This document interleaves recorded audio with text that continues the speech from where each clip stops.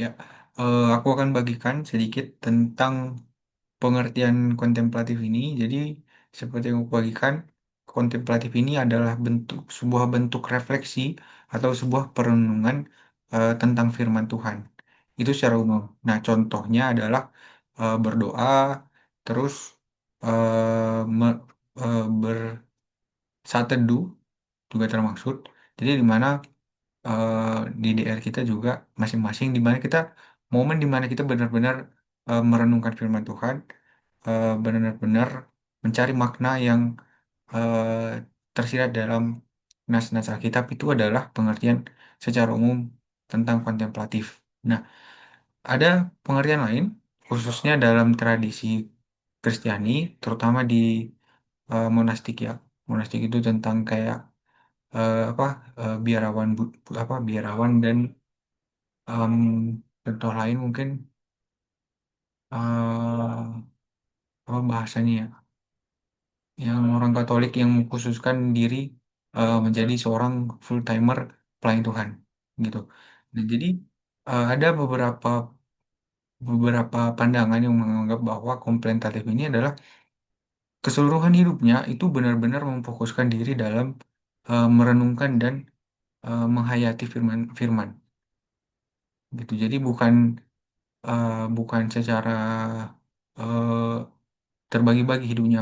Misalnya dalam pengertian Kristiani yang lama ini menganggap bahwa sebuah kontemplatif itu adalah di mana hidupnya benar-benar dikhususkan untuk melayani kayak gitu.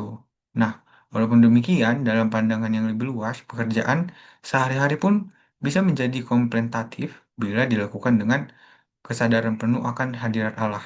Misalnya ketika kita bekerja, ketika kita di jalan mungkin atau ketika kita bersama keluarga, ketika di momen itu ketika kita sedang merenungkan firman Tuhan dan menerapkan firman Tuhan itu adalah bentuk kontemplatif kayak gitu. Jadi maksudnya adalah kita nggak boleh memisah atau mengkotak-kotakan hal-hal yang rohani saja atau hal-hal yang sekuler aja gitu, nggak bisa karena sebagai orang percaya kita harus benar-benar menselaraskan gitu apa yang kita kerjakan di kehidupan sehari-hari dengan apa yang tertulis di firman Tuhan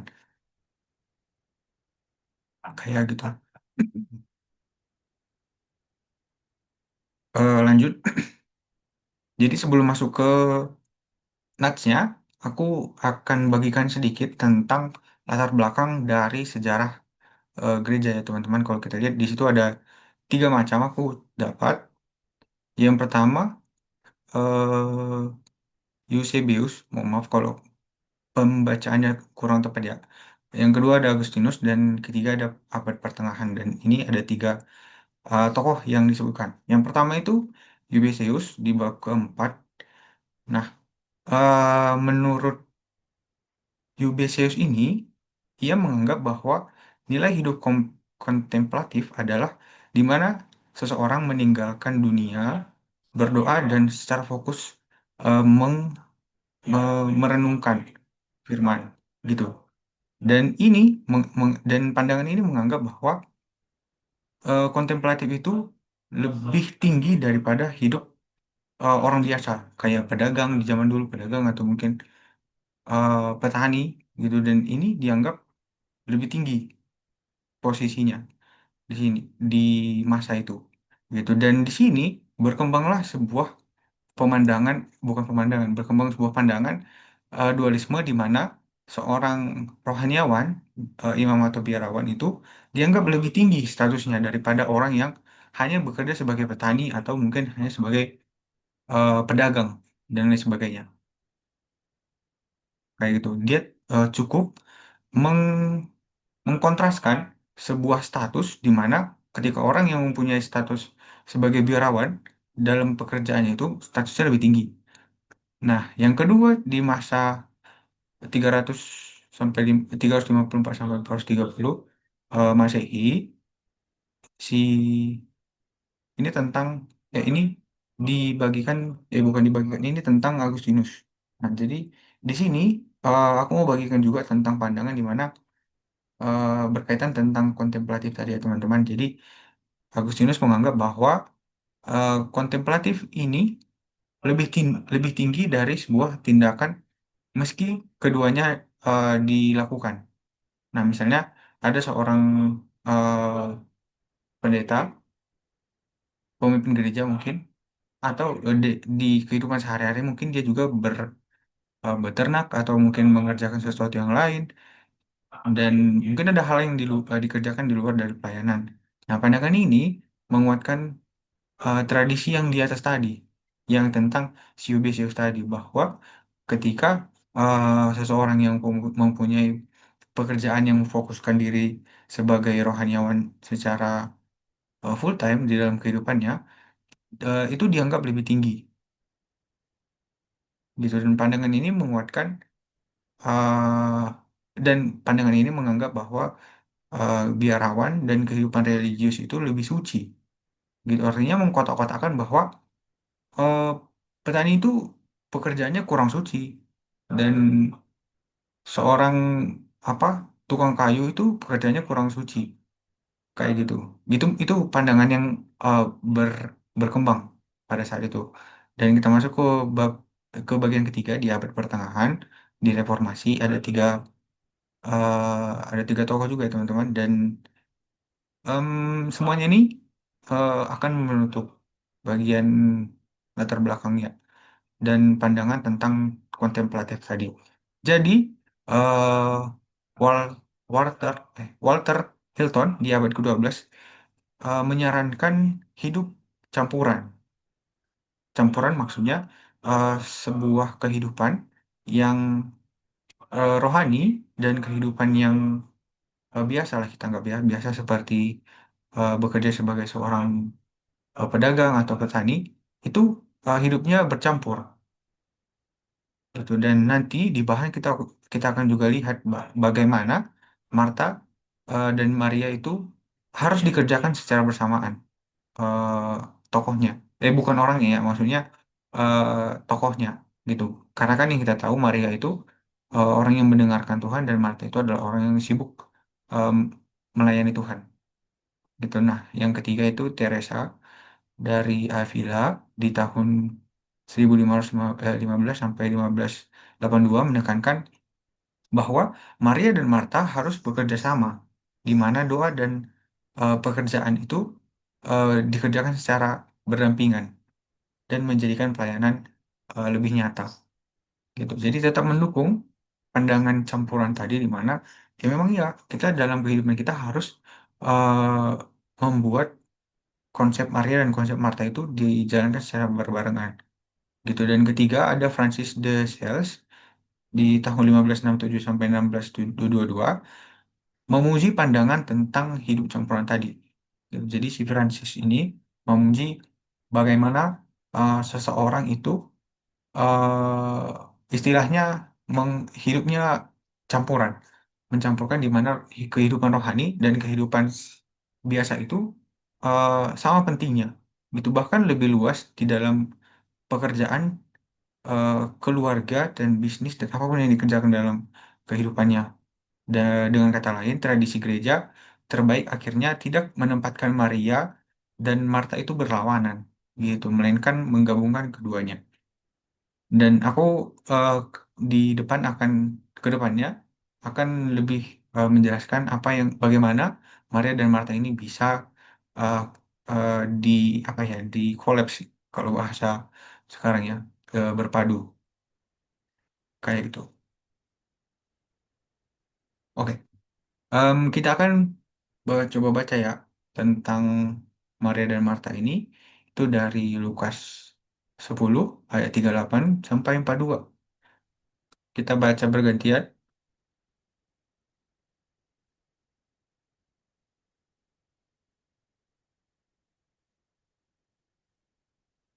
Kita baca bergantian. Iya, Bang Yung nggak ada ya? Kita baca bergantian. Aku yang pertama, terus lanjut ke Fitra, lanjut ke Apria.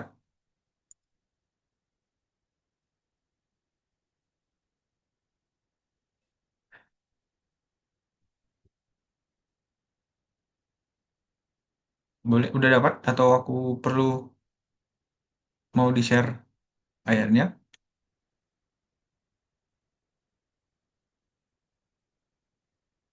Udah dapat ya? Aku baca yang pertama, lanjut Fitra, terus lanjut ke Apri. Lukas 10 ayat 38 sampai 42, Maria dan Marta. Ayat 38. Ketika Yesus dan murid-muridnya dalam perjalanan, tibalah ia di sebuah kampung. Seorang perempuan yang bernama Marta menerima dia di rumahnya. Perempuan itu mempunyai seorang saudara yang bernama Maria. Maria ini duduk dekat kaki Tuhan dan terus mendengarkan perkataannya. Sedang Marta sibuk sekali melayani, ia mendekati Yesus dan berkata, Tuhan, tidakkah engkau peduli bahwa saudaraku membiarkan aku melayani seorang diri? Suruhlah dia membantu aku. Tetapi Tuhan menjawabnya, Marta, Marta, engkau khawatir dan menyusahkan diri dengan banyak perkara. Tetapi hanya satu saja yang perlu. Maria telah memilih bagian yang terbaik yang tidak akan diambil daripadanya. Oke, itu nasinya teman-teman. Jadi, seperti yang kita baca di ayat 38, kita lihat bahwa Yesus sedang sedang dalam sebuah perjalanan, gitu ya. Dan lebih jelas lagi, itu di Lukas 9 ayat 51. Aku baca Lukas 9 ayat 51. Ketika hampir genap waktunya, Yesus diangkat ke sorga, ia mengarahkan ia mengarahkan pandangannya untuk pergi ke Yerusalem. Aku lanjut 32. Dan ia mengirim beberapa utusan untuk mendahului dia. Mereka itu pergi lalu masuk ke sebuah desa orang Samaria yang mempersiapkan segala sesuatunya kepadanya. Ya, jadi di ayat 51 itu ada sebuah kata di mana Yesus mengarahkan pandangannya untuk pergi ke Yerusalem. Nah, mengarahkan pandangan ke Yerusalem ini sebenarnya bukan secara eh, maknanya itu lebih sekedar tentang memandang ke arah Yerusalem gitu. Tapi dalam Lukas 9 ayat 51 ini adalah titik awal di mana Yesus akan eh, menjalankan pelayanannya gitu pelayanannya sampai pada akhirnya dia akan eh, di disalibkan, mati dan naik ke surga. Kayak gitu. Di sini adalah momen di mana Yesus sudah bersiap diri dalam mengemban beban pelayanan eh, yang dia kerjakan di dunia. Kayak gitu. Artinya walaupun sebenarnya tadi secara bahasa mungkin kita memandangnya mungkin hanya sekedar melihat ya, tapi di sini adalah sebuah momen di mana Yesus akan memulai pelayanannya dan memberitakan Injil gitu. Nah, tapi kalau aku coba cari lagi eh, secara geologis sebenarnya ini di awal titik Yesus memulai perjalanannya itu di Galilea ya teman-teman. Aku akan kasih mapsnya, peta Alkitab. Boleh sama-sama teman lihat di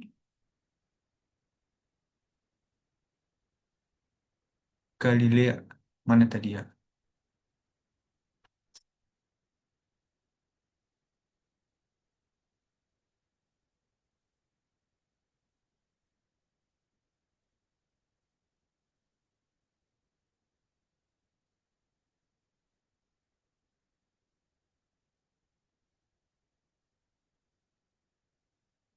Galileanya di mana ya?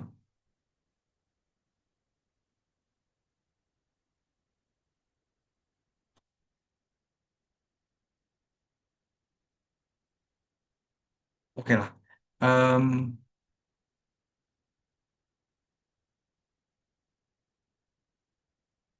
sorry, bukan di Galilea, di Betania, Betania, Betania. Ini Betania. kursornya kelihatan nggak ya? Di nomor 17 gitu. Nah, jadi di sini dalam perjalanannya Yesus akan menuju ke Yerusalem. Nah, kalau diukur-ukur kurang lebih itu jaraknya 3 sampai 4 kilometer gitu. Dan kalau kita kalau diukur saat berjalan itu kurang lebih 15 sampai 30 menit kayak gitu. Nah, jadi em, awal titik eh, dalam konteks ini adalah di mana Yesus ingin berjalan menuju Yerusalem dan melewati rumah rumah Marta ini ya. Itu. Nah, di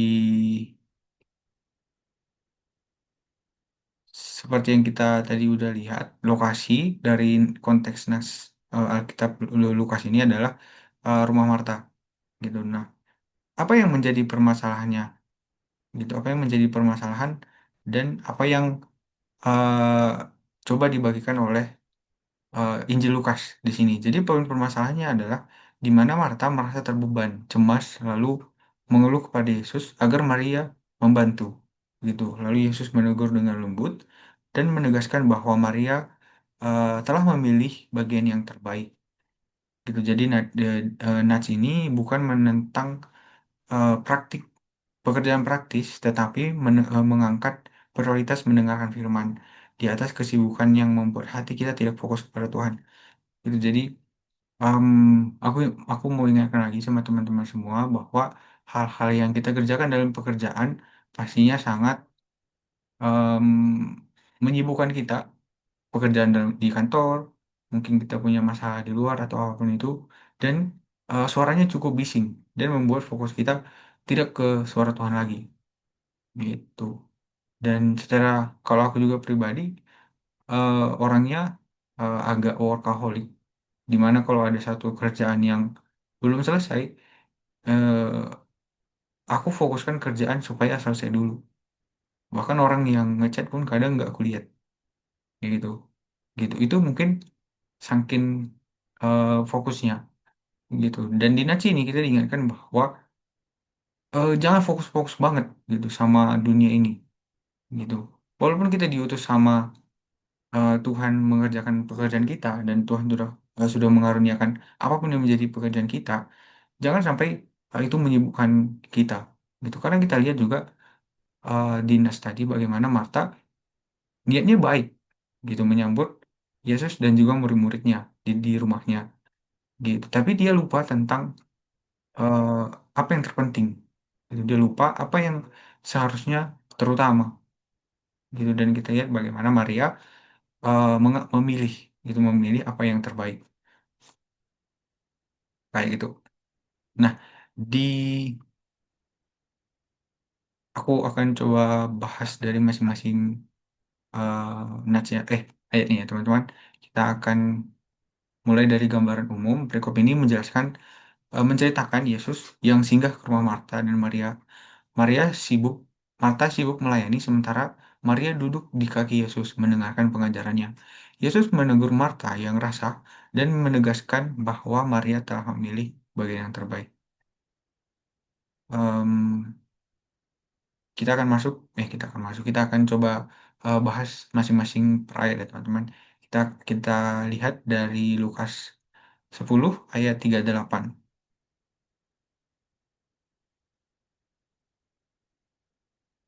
Sebentar ya. Oke, aku baca. Ketika Yesus dan murid-muridnya dalam perjalanan, tibalah ia di sebuah kampung. Seorang perempuan yang bernama Marta menerima dia di rumahnya. Gitu. Yesus disambut oleh Marta. Gitu kan, Marta di rumahnya di poin ini menekankan sikap keramah tamahan. Gitu. Yang merupakan kebajikan penting dalam budaya Yahudi. Namun pelayanan jasmani saja tidak cukup tanpa sikap hati yang benar, gitu ya, teman-teman. Jadi memang budaya seorang Yahudi, gitu, apalagi kalau kita kenal orangnya, eh, kita punya beban untuk menyambutnya di rumah kita jika dia dalam perjalanan, gitu. Dan mungkin Marta paham bahwa Yesus dalam perjalanan menuju Yerusalem gitu, dan Marta meminta Yesus dan murid-muridnya untuk singgah gitu, singgah di rumah Marta, dan Marta siap untuk melayani Yesus kayak gitu. Sungguh sikap hati yang baik sebenarnya gitu. Tapi em, seperti yang kita lihat, eh, bagaimana fokus hatinya itu bukan kepada hal yang terpenting gitu, tapi dan sikap hatinya juga menunjukkan hal yang kurang benar. Di ayat ke-39, aku lanjut. Perempuan itu mempunyai seorang yang bernama Maria.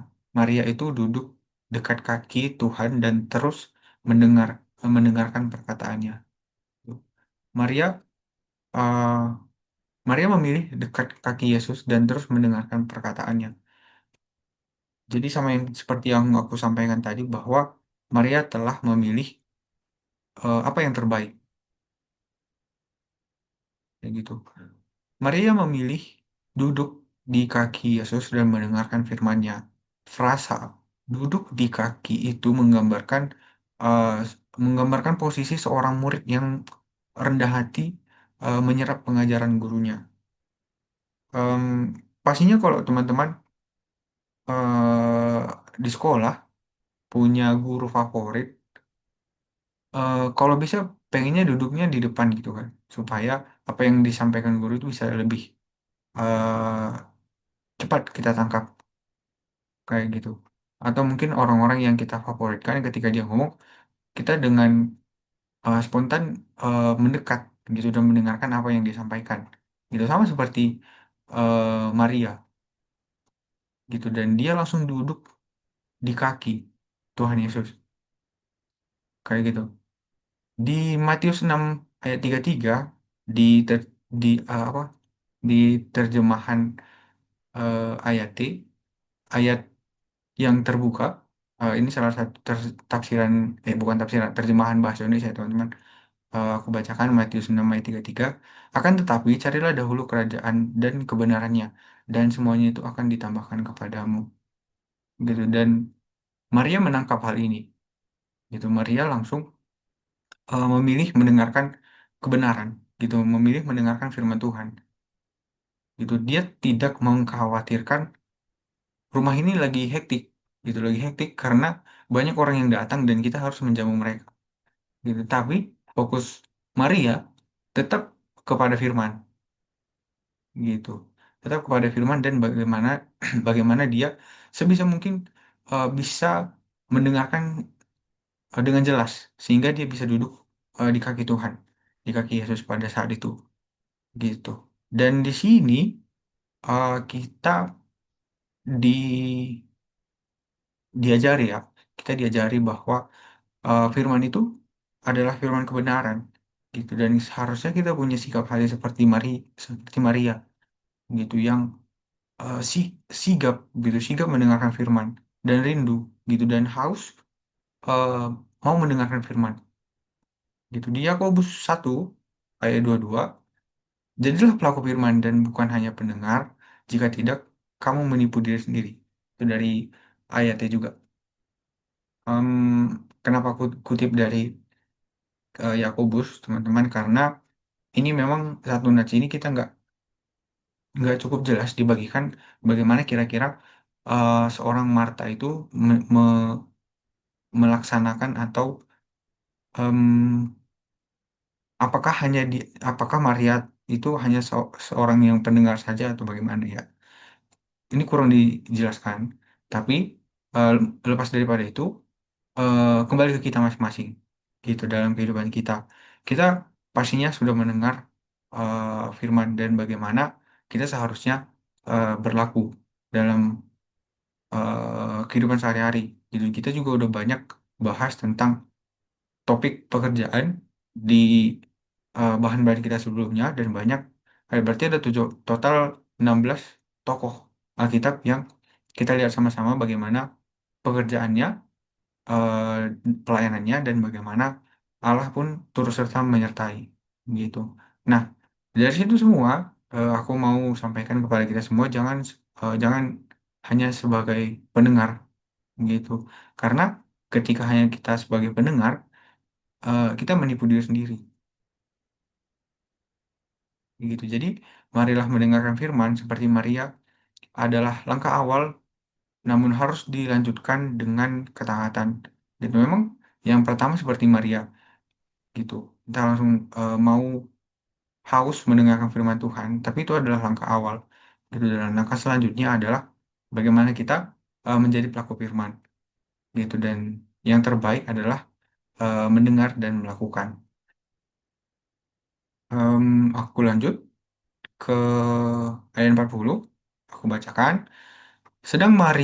Sedang Marta sibuk sekali melayani, ia mendekati Yesus dan berkata, Tuhan, tidakkah engkau peduli bahwa saudaraku membiarkan aku melayani seorang diri? Suruhlah dia membantu aku. Ya, eh, Marta mengomentari Maria dan menyuruh Yesus. Jadi konteksnya ini em, secara halus memang bahasanya, tapi kalau kita lihat di ayat 40, Marta itu nyuruh Tuhan loh. Dia nyuruh Yesus gitu. Mungkin boleh kita refleksikan secara pribadi. Pernah nggak sih kita em, mungkin secara tidak sadar menuntut hal-hal yang sebenarnya kurang pantas kepada Tuhan gitu. Pernahkah kita menuntut atau meminta kepada Tuhan hal-hal yang sebenarnya nggak baik gitu, tapi kita nggak sadar gitu. Em, dan saking kita nggak sadarnya, kita eh, bikin perintah sama Tuhan untuk mengerjakan apa yang aku mau kayak gitu.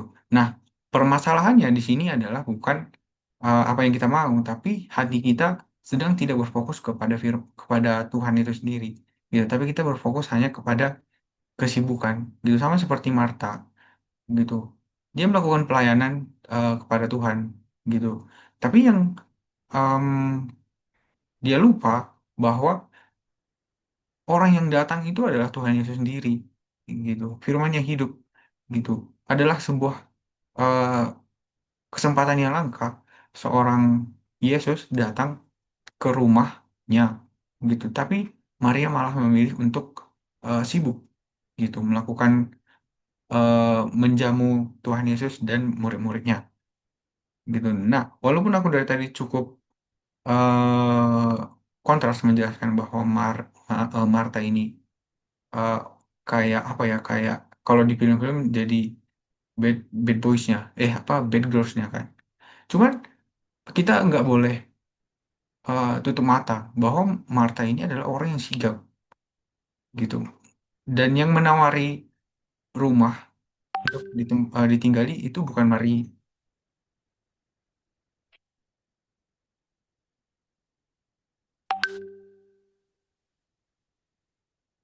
Sorry ya guys, telepon mamaku. Orang yang menyambut Tuhan Yesus itu bukan Maria loh, gitu, tapi Marta sendiri.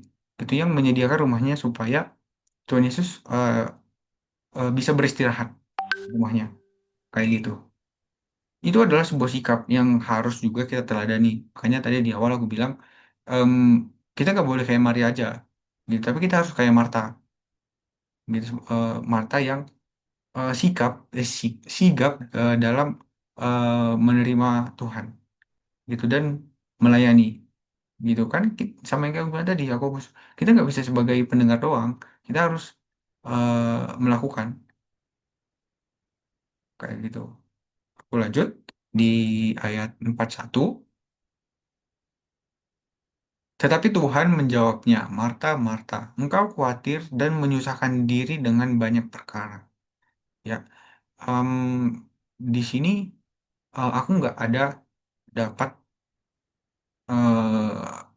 respon yang negatif ya, yang maksudnya yang terlalu menyalahkan gitu sih kepada Marta gitu, karena dia hanya sibuk, sibuk, sibuk gitu. Tapi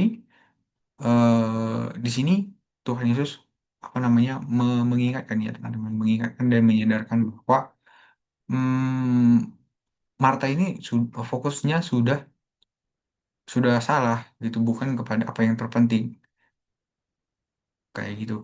Nah, Yesus dengan lembut menegur ya, dan apa namanya, kalau mungkin di dinarasikan kalimat Tuhan Yesus itu menurutku itu cukup lembut dalam mengingatkan gitu, mengingatkan kita bahwa kita ini udah fokus kita ini bukan bukan ke arah yang benar lagi kayak gitu, sama seperti Marta gitu teman-teman. Dan di sini juga kita lihat bahwa eh, dua kali dia menyebut nama Marta gitu, ini menegaskan bahwa Maria terlalu khawatir dan terbeban oleh banyak hal gitu. Padahal pelayan rohani tidak tidak boleh dipenuhi dengan kecemasan.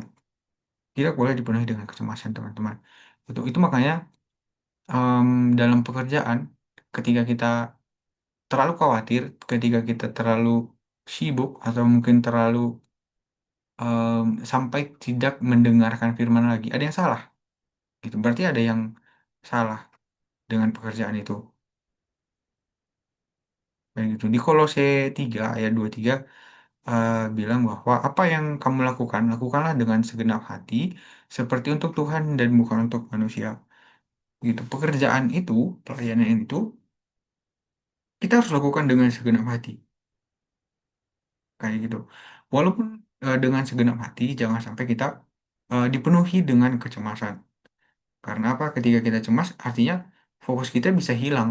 Gitu. Aku bukan bilang eh, kita harus slow-slow gitu, kita harus semuanya slow living, pelan dan lain sebagainya. Aku nggak mencoba untuk menyampaikan itu gitu, tapi bagaimana kita mencoba untuk menselaraskan apa yang menjadi tanggung jawab, melakukan apapun yang kita kerjakan, yang kita eh, miliki, yang kita dapati, yang terbeban kita kerjakan itu dengan maksimal. Karena di Kolose 3 bilang, apapun yang kamu lakukan, lakukanlah dengan segenap hati.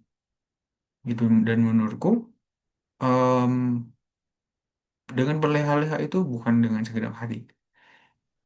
Kayak gitu. Nah, pekerjaan yang dilakukan Marta bisa dinilai secara rohani bila dilakukan dengan hati yang tertuju kepada Tuhan, bukan sekedar rutinitas atau beban. Gitu, teman-teman. Itu makanya kita di pelayanan sering kali bilang eh, di dalam pelayanan kita nggak boleh terlalu fokus mengerjakan teknis-teknis gitu, tapi kita harus memperhatikan APDT. Sama juga seperti sekarang ya. Jadi di bahan ini kita diingatkan bahwa jangan hanya fokus kepada pekerjaan-pekerjaan semata tanpa eh, kembali tetap rindu mendengarkan firman Tuhan gitu. Ada yang salah ketika kita hanya eh, fokus kepada pekerjaan kayak gitu. Dan Marta dipanggil untuk melihat pekerjaan sebagai pelayanan kepada Kristus dan bukan beban gitu. Jadi walaupun Marta em, apa hanya hanya berfokus kepada pelayanan, tapi aku mau bilang bahwa pelayanan yang dikerjakan Marta itu adalah baik gitu. Tapi yang salah adalah fokusnya gitu. Fokusnya fokusnya berubah gitu, dan akibatnya pekerjaan yang dikerjakan eh, selama Yesus di dalam rumahnya itu tidak fokus gitu. Aku lanjutkan ke ayat 42. Ayat 42, tetapi hanya satu saja yang perlu. Maria telah memilih bagian yang terbaik yang tidak akan diambil daripadanya. Gitu. Maria memilih yang terbaik. Em, ini bagian yang tentunya cukup menegur Marta itu, dan mengingatkan bahwa pelayanan yang dikerjakan harus jangan sampai kita salah fokus gitu. Pekerjaan yang dikerjakan itu harus dengan memilih apa yang terbaik gitu, dan Maria telah memilih yang terbaik. Yesus menegaskan bahwa hanya satu hal yang benar-benar penting, mendengar firman dan membangun hubungan dengannya. Maria telah memilih bagian yang terbaik, yaitu menyerap firman Tuhan dan tidak akan diambil daripadanya gitu. Artinya ada momen di mana kita mendengarkan firman Tuhan dan ada momen di mana kita melayani Tuhan gitu, dan ini nggak bisa em, dikerjakan terpisah gitu, dan kita harus apa ya, dengan hikmat gitu mengerjakan pelayanan tanpa kehilangan fokus gitu, karena ketika kita tetap berfokus pada Tuhan, kekhawatiran, apa namanya, kecewa gitu, terlalu memfokuskan diri kepada manusia sehingga kecewa, itu nggak akan terjadi kayak gitu. Nah, di aku kutip juga ada di Yohanes 15 ayat 4 sampai 5. Aku baca, tinggallah di dalam aku dan aku di dalam kamu. Terpisah dariku, kamu tidak dapat berbuat apa-apa. Terjemahan ayatnya lagi. Nah, Maria menjadi teladan murid yang tinggal di dalam Kristus dengan mendengar firman Tuhan. Nah, Marta diingatkan bahwa pekerjaan hanya berbuah jika berakar dan eh, punya hubungan dengan Yesus. Maria mencontohkan bahwa sumber kekuatan kerja adalah hubungan dengan Yesus sendiri.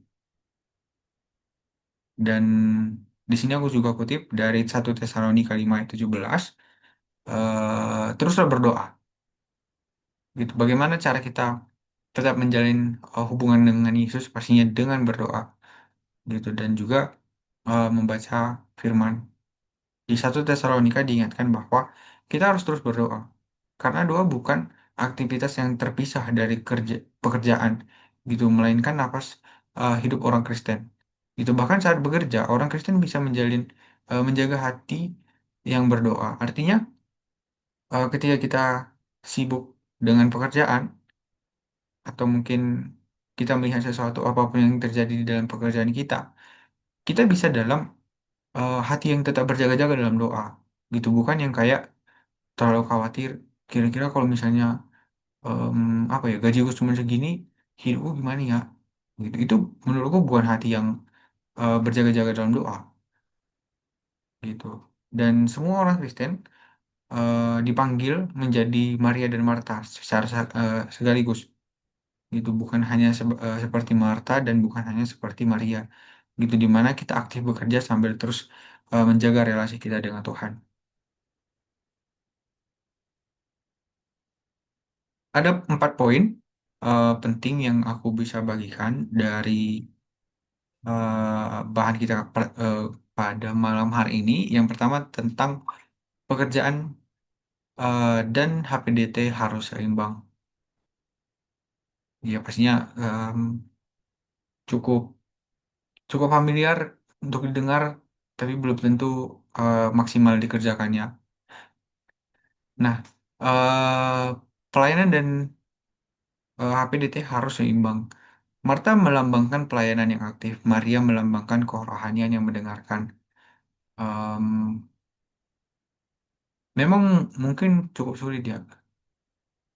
Itu, memang aku pun secara pribadi eh, cukup sulit gitu untuk menyeimbangkan pekerjaan dan HPDT.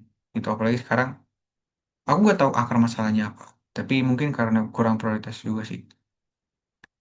Gitu. Tapi di bahan kita kali ini kita diingatkan bahwa Marta sebagai lambang pelayanan yang aktif, pekerjaan yang aktif, dan Maria sebagai kerohanian yang mendengarkan. Gitu. Jadi dua tokoh ini kita belajar bahwa kita harus menjadi seperti Maria, di mana kita benar-benar haus mendengarkan firman, dan kita juga harus sebagai Marta, di mana firman yang udah kita dengar kita harus eh, kerjakan di dalam pekerjaan kita. Nah, yang kedua yaitu tentang prioritas yang benar. Nah, Yesus mengajarkan kita bahwa mendengarkan firman-Nya lebih utama daripada sekedar aktivitas lahiriah.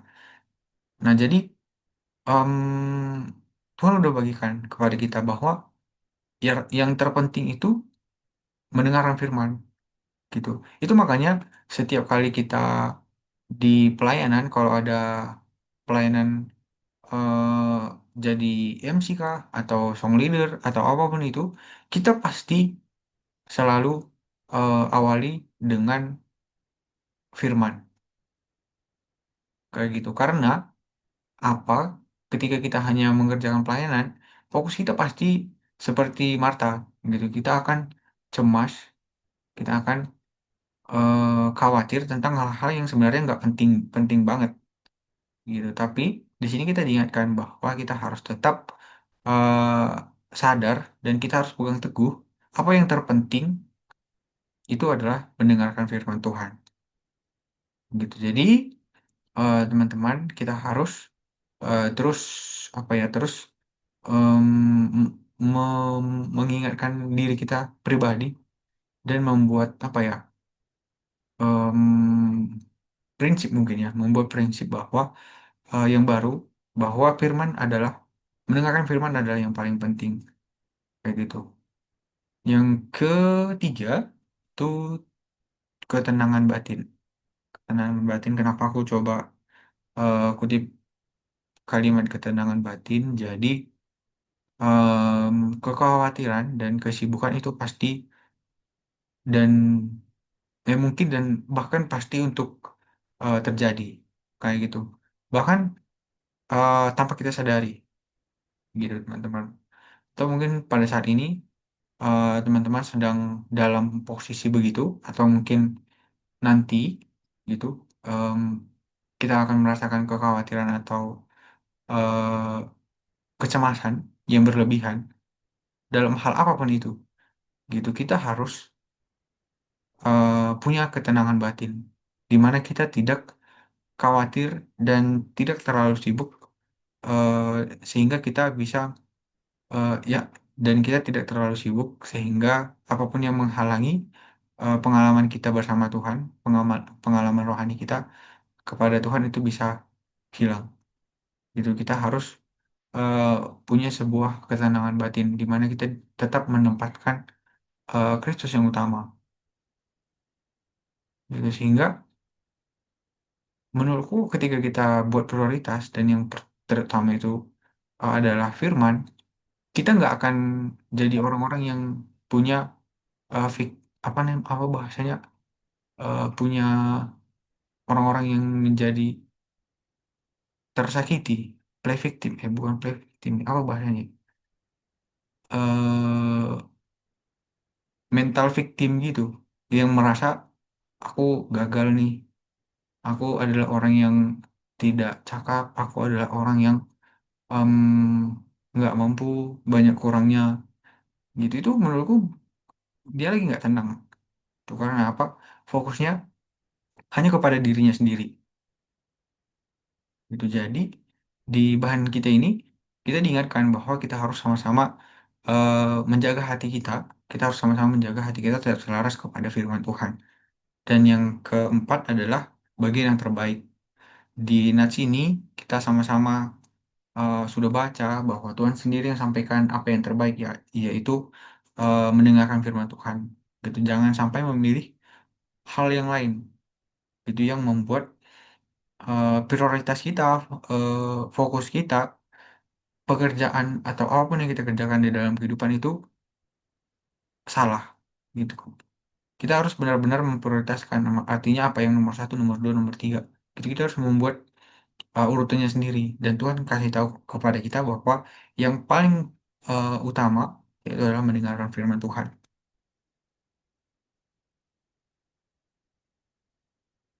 Nah, selain daripada bahan nats yang kita sama-sama bahas, teman-teman, di bahan dari bahan kita yang dibagikan Bang Yo itu, aku bisa simpulkan ada tiga aplikasi dan implikasi yang bisa dipakai dalam pekerjaan. Aku izin minum dulu ya.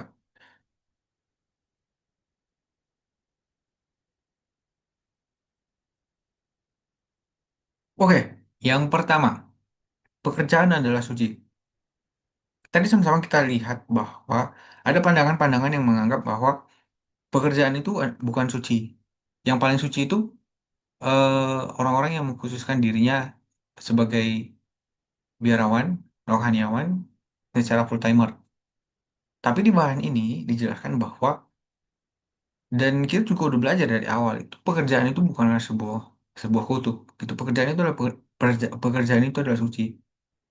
Gitu. Tidak kalah mulia dari seorang biarawan atau orang-orang yang mengkhususkan diri sebagai full timer pelayanan kepada Tuhan.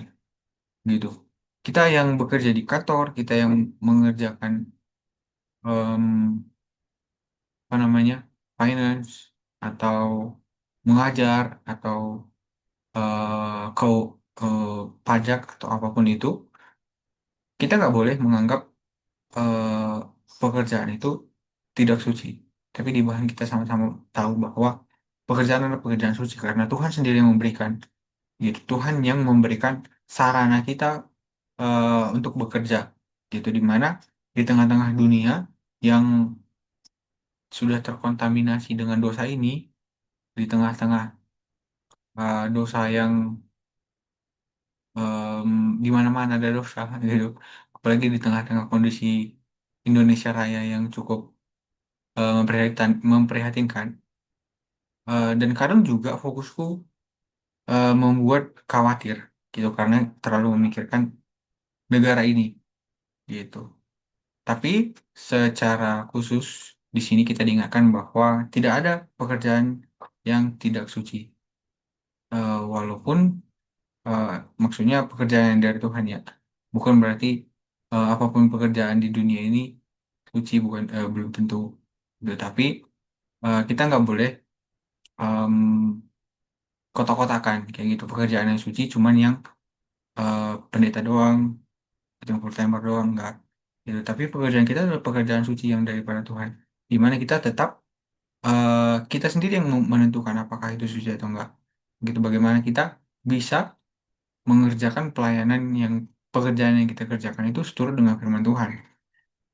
Karena kita udah belajar dari kitab Daniel bahwa di tengah-tengah hmm, pekerjaannya itu kalau kita pikirkan secara sepintas itu nggak ada suci-sucinya gitu. Karena dia bekerja belajar ya belajar tentang eh, ilmu-ilmu di bangsa itu di Babel dan dia juga diutus em, sebagai apa ya sebagai pemimpin negara yang tidak mengenal Allah gitu kalau dipikirkan secara singkat itu nggak ada suci-sucinya gitu tapi Allah mengizinkan Daniel menjadi em, orang yang memegang kekuasaan yang cukup tinggi di sebuah negara yang tidak mengenal Allah gitu tapi walaupun daripada itu Daniel bisa tetap menjaga integritasnya gitu.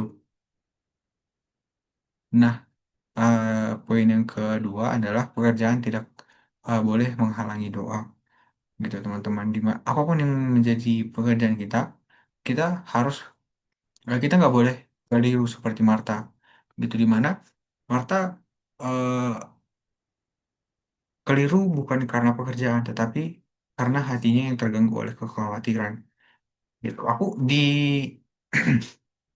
Nats memang sebenarnya nggak disebutkan secara eh, jelas sebenarnya dijelaskan secara jelas apa yang sebenarnya Marta khawatirkan gitu. Sebenarnya rumahnya kurang apa sih? Atau mungkin makanannya kurang atau mungkin nggak ada tikarnya gitu kan nggak nggak cukup dijelaskan. Tapi apapun itu em, Marta itu terganggu hatinya sehingga muncul kekhawatiran gitu. Nah, di bab ini di bahan ini kita diingatkan bahwa kita nggak boleh hilang fokus gitu dan kita harus tetap memfokuskan diri kepada apa yang terpenting kayak gitu. Nah, yang ketiga adalah kontemplasi butuh inisiatif di zaman modern. Kontemplasi kontemplasi yang jadi bahan kita yang ke bab 17 ini, kita diingatkan bahwa di zaman yang modern ini em, banyak hal yang membisingkan kita. HP tentang kericuhan di sana, kericuhan di sini, pekerjaan kita belum siap, bosnya ngomel-ngomel gitu kan. Apapun yang menjadi eh, kebisingan di luar sana, kita harus tetap disiplin mencari momen hening, seperti Maria yang duduk di kaki Yesus, kayak gitu. Karena apa yang terpenting kita udah sama-sama ketahui, kayak gitu. Dan kenapa aku ulang-ulang? Karena memang ini eh, yang paling aku mau bagikan pada malam hari ini, gitu. Dan bagaimana kita di tengah-tengah pekerjaan kita, kita tidak boleh lupa apa yang menjadi eh, bagian yang terpenting sebagai seorang Kristen, gitu. Dan di pekerjaan sehari-hari, eh, mari menjadikan kesempatan untuk merenung dan berdoa, karena Tuhan Yesus sendiri pun em, memberikan contoh, gitu. Di tengah-tengah pelayanan yang sibuk, orang yang banyak sekali eh, pengen mendengarkan dia, orang yang banyak pengen disembuhkan, ada yang kerasukan atau apapun itu. Tapi di tengah-tengah kesibukannya Tuhan, dia selalu em, memberikan waktu untuk hening. Itu nanti aku akan bagikan ayat-ayat yang ayat-ayat ini ya teman-teman. Oke. Di bagian kesimpulan, em, ada 3 poin yang aku mau bagikan dari bahan kita malam hari ini. Yang pertama ialah kisah Maria dan Marta bukan tentang aktif atau versus kontemplatif, melainkan tentang prioritas hati. Mendengarkan Yesus harus menjadi dasar bagi setiap tindakan. Begitu ya teman-teman. Em, aku mau ingatkan lagi bahwa kisah Maria dan Marta ini bukan tentang aktif versus kontemplatif, tapi di mana kita eh, aktif seperti Marta mengerjakan pekerjaan dan pelayanan kita, tapi kita tetap kontemplatif, gitu. Dalam pekerjaan yang kita sibuk ini pun kita nggak lupa untuk hening mendengarkan firman Tuhan, dan kita tetap punya prioritas hati kepada Tuhan. Di Matius 5 ayat 16, di situ tertulis bahwa demikianlah hendaknya terangmu bercahaya di depan orang, supaya mereka melihat perbuatanmu yang baik dan memuliakan Bapamu yang di surga. Gitu. Em, kita diingatkan bahwa pekerjaan yang kita kerjakan, apapun itu, eh, sadar ataupun tidak sadar, itu akan menjadi yang menentukan bagaimana orang berpandangan kepada kita tentang Tuhan. Gitu. Walaupun kita di tengah-tengah minoritas gitu di Indonesia, itu pastinya, dan menurutku yang aku alami di tempat pekerjaan ya, tempat yang pekerjaan saat ini yang baru gitu, orang Kristen itu lumayan dicap, gitu. Karena apa? Karena mungkin nggak ikut sholat, atau mungkin nggak ngerjain apapun itu yang di luar agama Islam ya. Tapi kita oleh karena itu kita dicap, itu pasti bukan orang pengaruh ini, berarti orang Kristen nih, gitu. Kita dicap em, seperti itu. Nah, tinggal kita lah yang menentukan apakah Tuhan dimuliakan atau tidak dari pekerjaan kita itu, kayak gitu. Nah, kan di Matius bilang, demikianlah hendaknya terangmu bercahaya di depan orang. Jangan biarkan firman yang udah kita dengar itu untuk kita sendiri, tapi kita juga harus tetap memancarkan firman itu kepada orang lain. Itu baik dalam perkataan dan perbuatan kita, gitu. Supaya Allah pun yang di surga itu bisa dimuliakan, gitu. Dalam doa dan firman seperti Maria tadi haruslah dilakukan dalam tindakan nyata, seperti Marta. sehingga orang lain melihat perbuatan baik kita dan akhirnya memuliakan Tuhan.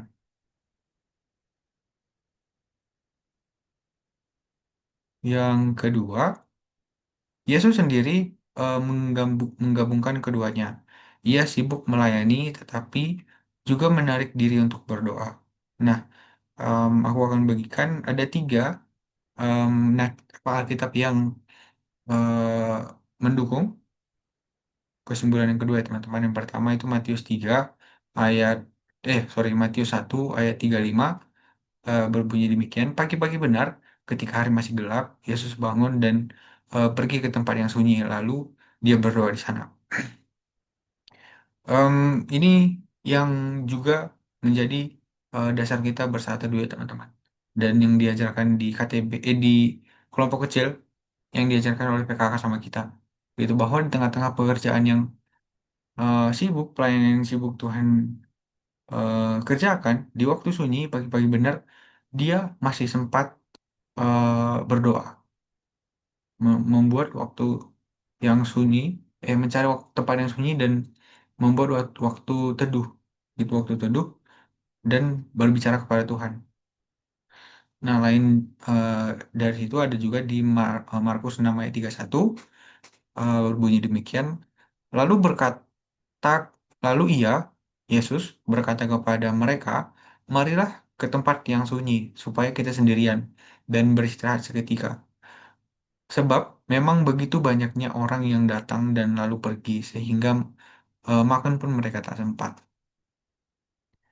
Gitu, saking em, banyaknya pekerjaan yang mereka kerjakan. Dan menurutku ayat ini udah cukup mewakili sih. Gitu, bahwa memang Tuhan Yesus itu sibuk di masa pelayanannya selama iya di dunia gitu untuk melayani orang-orang gitu dan sampai sekarang pun Tuhan masih tetap bekerja ya tapi di tengah-tengah waktu yang sibuk itu Tuhan masih tetap eh, membuat kebiasaan itu sehingga murid-muridnya juga murid-muridnya juga paham kebiasaan Tuhan Yesus itu di tengah-tengah kesibukan pasti mencari waktu yang eh, waktu mencuri-curi waktu gitu untuk bersaat teduh atau mungkin berdoa gitu di tengah-tengah keramaian. Nah, dan yang terakhir di Lukas 5 ayat 16, nama Yesus sering pergi menyelinap ke tempat-tempat sunyi untuk berdoa. Nah, ini juga mendukung ayat yang Markus tadi bahwa di tengah-tengah kesibukan Tuhan Yesus juga sering eh, tiba-tiba pergi, nggak tahu kemana, rupanya berdoa. Kayak gitulah kurang lebih ya teman-teman. Nah, jadi di ayat-ayat tadi menunjukkan bahwa keseimbangan dalam kehidupan Yesus dan menjadi teladan yang nyata bagi kita ya. Di mana ketika Yesus sibuk melayani banyak orang, bahkan sempat tidak makan. Namun, ia juga meluangkan waktu untuk menarik diri, mencari keheningan dan berdoa. Dengan demikian, Yesus adalah teladan yang sempurna dari kehidupan Maria yang kontemplatif dan Marta yang aksi yang berjalan seimbang. Dan kesimpulan yang ketiga, orang percaya dipanggil untuk hidup sebagai Maria Marta, bekerja dengan setia sambil menjaga kehidupan doa yang mendalam.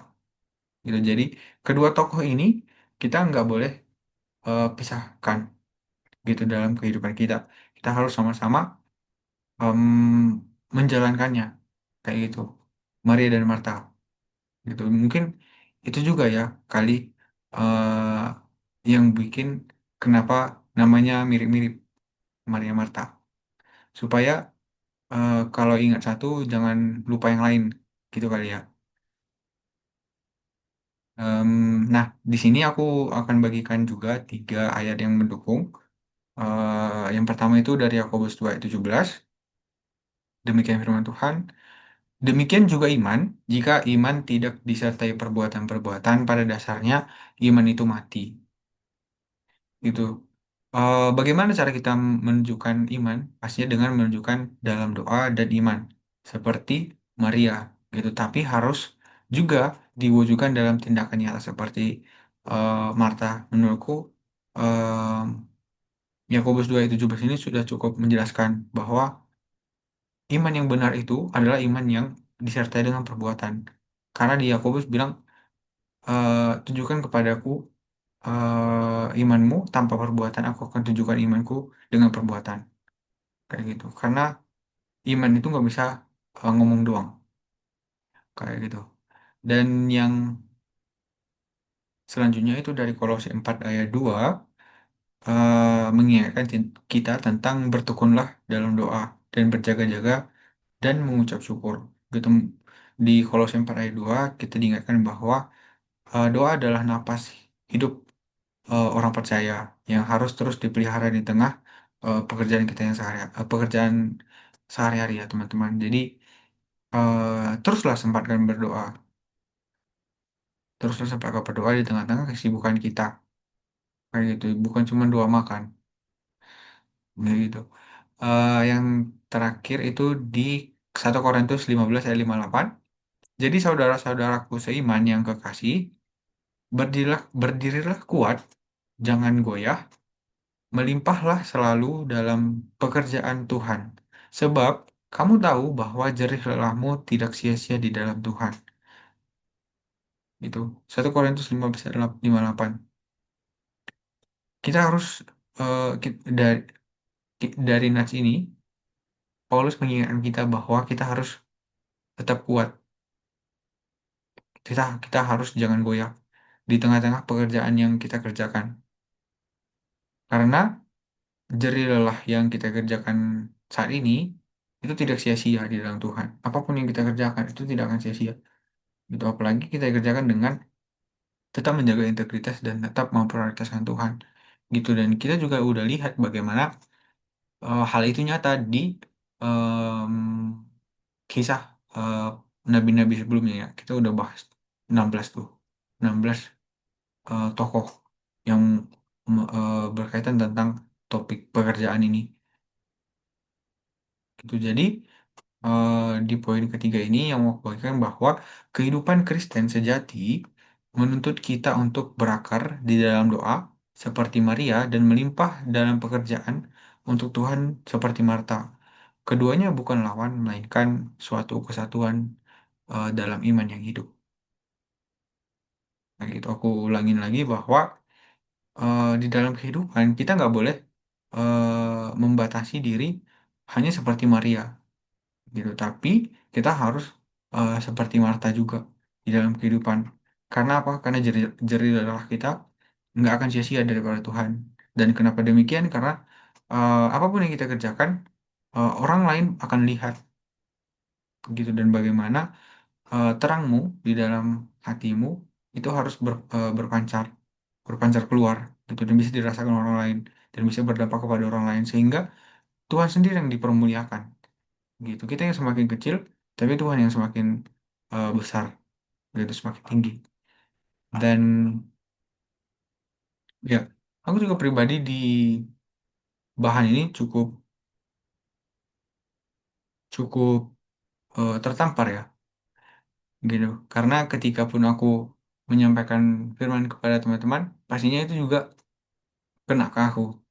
Ya, firman itu seperti pedang bermata dua ya, satunya ke depan, satunya ke aku. Gitu. Walaupun aku bilang em, kita harus seperti Marta dan Maria, gitu. Tapi secara pribadi juga aku cukup bergumul gitu untuk bisa mengerjakan pekerjaan dengan sepenuh hati, tapi tetap berfokus kepada Tuhan gitu.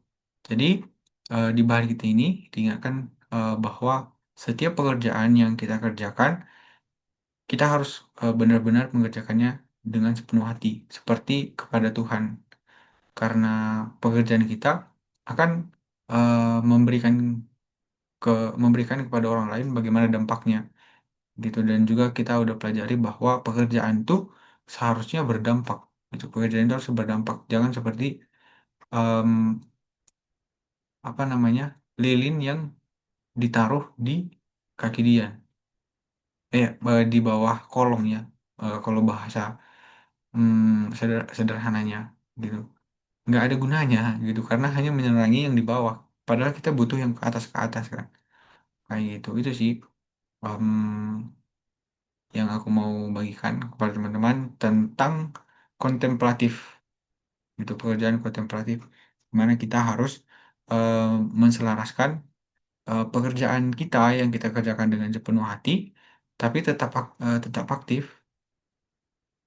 sorry, tapi tetap kontemplatif, di mana kita tetap memprioritaskan hati kita kepada Tuhan, menjaga HPDT di tengah-tengah kesibukan pekerjaan kita. Seperti itu, teman-teman. Kira-kira ada yang mau ditanyakan atau mau ditambahin?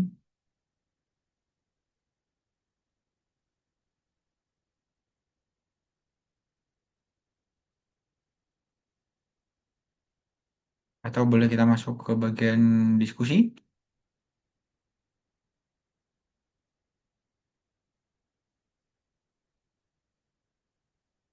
Aku tidak mendengar respon. Boleh ya? Langsung jawab penutup. Mau langsung 2 penutup? Boleh. Enggak, enggak. Bentar ya, aku cari bahannya dulu.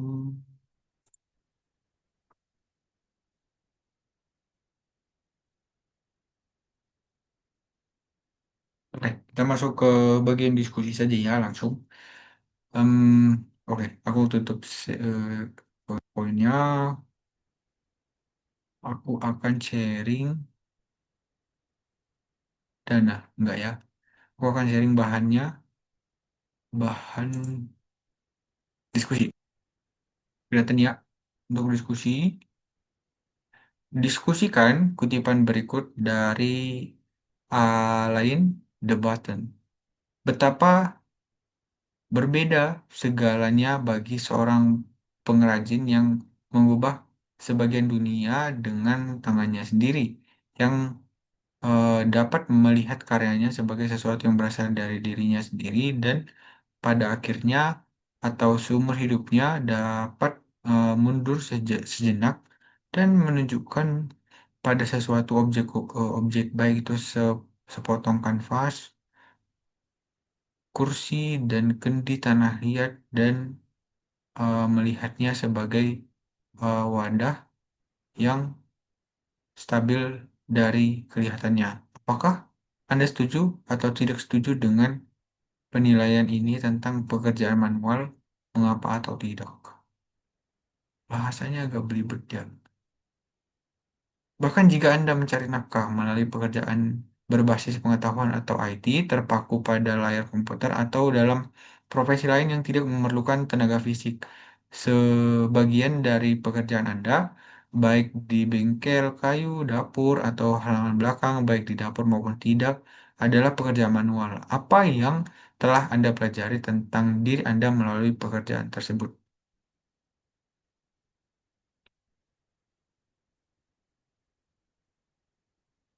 Ada yang udah nangkap maksudnya?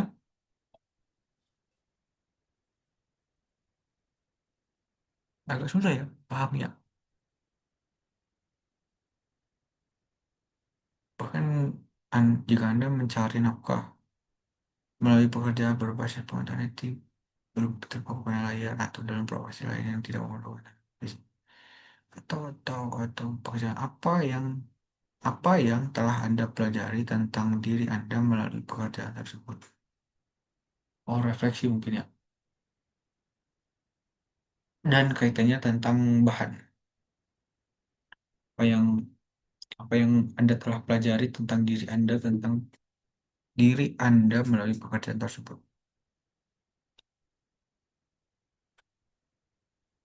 Ada yang bisa? Atau sebelum itu juga ada yang mau berbagi menambahin dari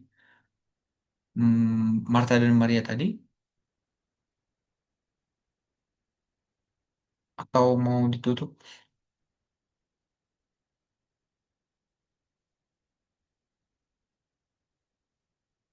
Dari Bang Yo, aku udah siap. Keluar masuk terus kayaknya ya. Yang lain dulu deh, ini sinyalnya nggak tahu kenapa ini keluar-keluar terus. Hmm, Dari siapa ya? apa yang mau didiskusikan ya? Aku kurang paham juga sih maksudnya ini. Nggak ada lagi yang mau nambahin, biar ini Bang tambahin. Eh, Apri ada mau nambahin di Apri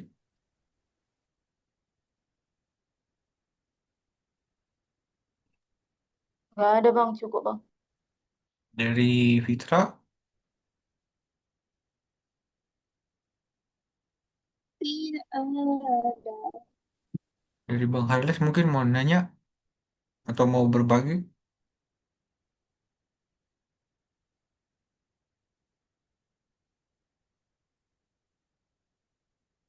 Bang Harles,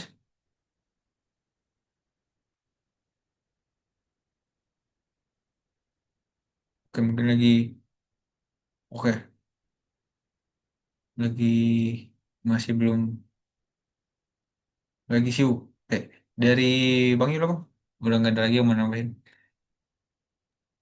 Oke, pertama Bang mau bilang makasih ya Dik untuk PA-nya yang sangat dalam, eh, sangat serius dan PPT-nya juga bagus gitu. Makasih ya. Em, nah, Abang mau nambahin terkait bahannya gitu. Tapi secara keseluruhan tadi Abang setuju ya, sependapat sama apa yang Daniel bilang kalau kita itu perlu ada keseimbangan antara bekerja dan ber-HPDT ya, dan ada sisi baik yang ditunjukkan sama Maria dan ada sisi baik yang ditunjukkan sama Marta. Nanti kalau suara abang nggak jelas, tolong di ini ya, di respon ya, Dik.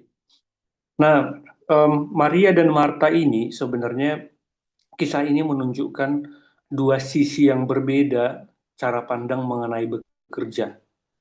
Ya, kalau pertama kan kita lihat tadi Marta, kalau Daniel bilang apa sih sebenarnya yang dikhawatirkan sama Marta? Sebenarnya di situ Marta nggak khawatir tentang apa-apa, gitu. Dia nggak khawatir. Tapi kalau kita lihat apa yang dibilang sama Marta, Marta itu kan dia sibuk melakukan segala sesuatu, dan Marta bilang di ayat ke-40, Tuhan, tidakkah engkau peduli bahwa saudaraku membiarkan aku melayani seorang diri? Suruhlah dia membantu aku. Nah, jadi jawabannya Marta ini sebenarnya cukup aneh loh, gitu. Di tengah-tengah kesibukan, ya dia jadi tuan rumah sebenarnya di kegiatan itu. Dia tuan rumah, dia memang dia punya kewajiban untuk melakukan segala sesuatu, bertindak segala sesuatu, dan tampaknya waktu itu Yesus sedang mengajar dan termasuk Maria ada di situ, gitu ya, mendengarkan Yesus. Nah, kita dapat kesan yang agak ini kan ya, yang agak janggal gitu ya. Masa Yesus lagi mengajar, lagi menyampaikan sesuatu, tiba-tiba diinterupsi gitu. Guru, Tuhan, suruhlah dia juga bekerja. Masa hanya aku aja gitu. Masa dia membiarkan aku seorang diri, suruhlah dia membantu aku. Padahal Yesus lagi ngajar loh di situ. Artinya apa? Di situ Marta ada keinginan kayak bilang, aku kerja loh, yang lain ini nggak kerja gitu, hanya duduk dengarkan kau. Artinya apa? Dia punya cara pandang yang ini ya, yang cukup keliru soal bekerja. Bagi Marta, bekerja itu soal achieve sesuatu, soal melakukan sesuatu, soal kemampuan aku bisa apa yang bisa aku perbuat, apa kontribusiku bagi dunia ini. Itu kan hampir sama ya kalau di dalam keseharian kita itu kayak udah berapa banyak pengaruhku kepada orang lain, atau seberapa banyak gajiku, di mana kedudukanku, um, ya apa-apa aja yang bisa aku kerjakan gitu. Ya, dia punya cara pandang yang berorientasi kepada pencapaian diri. Dia itu melihat bekerja itu adalah sesuatu yang berpusat kepada diri sendiri, kayak gitu. Ya, padahal sebenarnya dia itu ini ya, bekerja biar dia bisa dilihat gitu, biar bisa diperhatikan sama Yesus, dia bisa dipuji sama orang-orang yang hadir, kayak gitu ya. Jadi dia punya cara pandang bekerja itu untuk bisa melakukan sesuatu untuk bisa diapresiasi sama orang lain, untuk bisa dinilai berharga bagi orang lain, kayak gitu. Jadi ada semacam ya di hati sampai itu perlu hati untuk kasih orang lain. Nah, terus mari, mari Sorry bang, ya itu soalnya putus-putus bang. mari ya, yang dari Kristus bekerja itu sebagai ya, kontemplatif.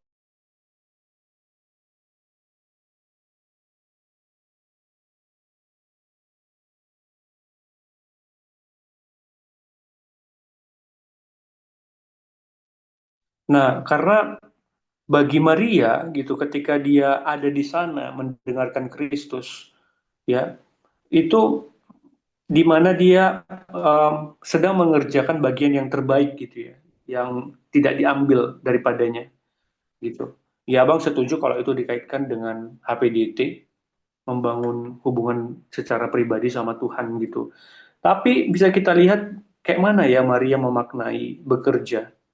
Maria memaknai keadaan bekerja itu sebagai momen di mana kerajaan Allah udah gitu. Kerajaan Allah udah datang, jadi aku harus menikmati momen ini, aku harus menikmati bagianku, aku harus menikmati pekerjaan ini, harus aku lakukan. Jadi kalau tadi satu sisi ya kayak Marta dia bisa dibilang aku ini bekerja berdasarkan apa yang bisa aku lakukan, apa pengaruhku, ya dan itu sama juga ada tendensinya kayak aku itu bekerja biar bisa diapresiasi sama orang lain biar aku itu bisa dilihat sama orang lain kalau aku itu rajin aku itu punya kemampuan ini punya kemampuan itu gitu ya nah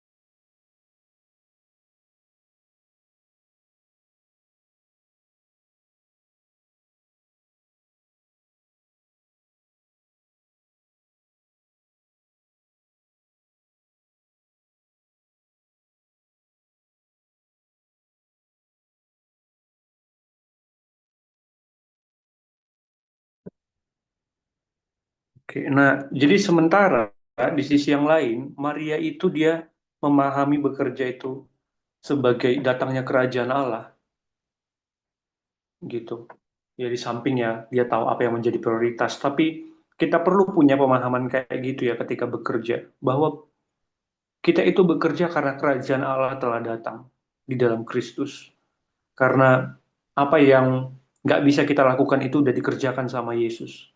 Jadi peranan kita sebenarnya nggak terlalu penting, nggak signifikan. Dan yang paling utama udah dikerjakan sama Yesus. Jadi harusnya kita bisa menikmati hari-hari kita untuk bekerja karena kerajaan Allah sudah datang. Karena Tuhan mau bekerja itu ada di dalam persekutuan. Ada untuk bisa kontribusi, tapi maksudnya adalah untuk persekutuan dengan sesama. Agar kita bisa mengenal orang lain, bisa mengenal Tuhan lebih dekat lagi, kayak gitu. Ya, jadi itu bekerja di dalam persekutuan, itu bekerja di dalam penyadaran, kesadaran bahwa kerajaan Allah sudah datang di dalam Yesus.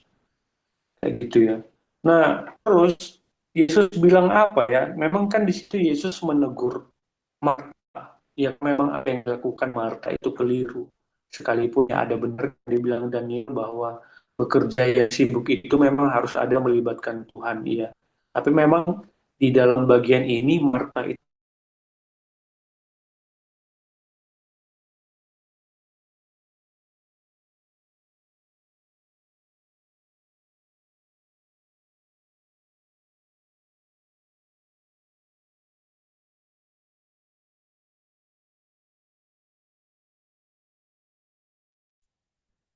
Ya, kayak gitulah. Di dalam bagian ini, Marta sedang berpusat kepada dirinya sendiri. Oke, itu ya. Jadi mungkin menambahin itu aja. Sama ini, tadi abang setuju yang dibilang sama Daniel itu, bahwa Tuhan itu sebenarnya menyuruh kita untuk kayak apa yang dilakukan Maria ya, untuk memilih bagian yang terbaik. Bagian yang terbaik memang itu bisa ber-HPDT, itu yang hal yang paling penting. Termasuk juga dalam setiap hal yang kita kerjakan, apapun itu, perlu kayak yang dibilang Daniel itu buat skala prioritas. Kadang-kadang kita itu bisa waktu bekerja, kita itu tahu melakukan apa yang paling penting gitu. Cuma di dalam pikiran kita, ya di dalam list kita, akhirnya terlalu banyak hal yang dikerjakan, dan sampai akhirnya seringkali kita melakukan apa yang nggak penting. Jadi untuk melakukan apa yang penting, apa yang terbaik, itu perlu untuk menjadi hal yang terutama untuk kita lakukan. Jadi ya aku sih ini sih pengen challenge kayak ayo kita di dalam keseharian gitu ya. Dalam keseharian itu mikir kayak apa yang mungkin 3 atau 4 hal paling penting yang harus aku kerjakan hari ini. Itu jadi akhirnya itu saya nggak semua. Nggak.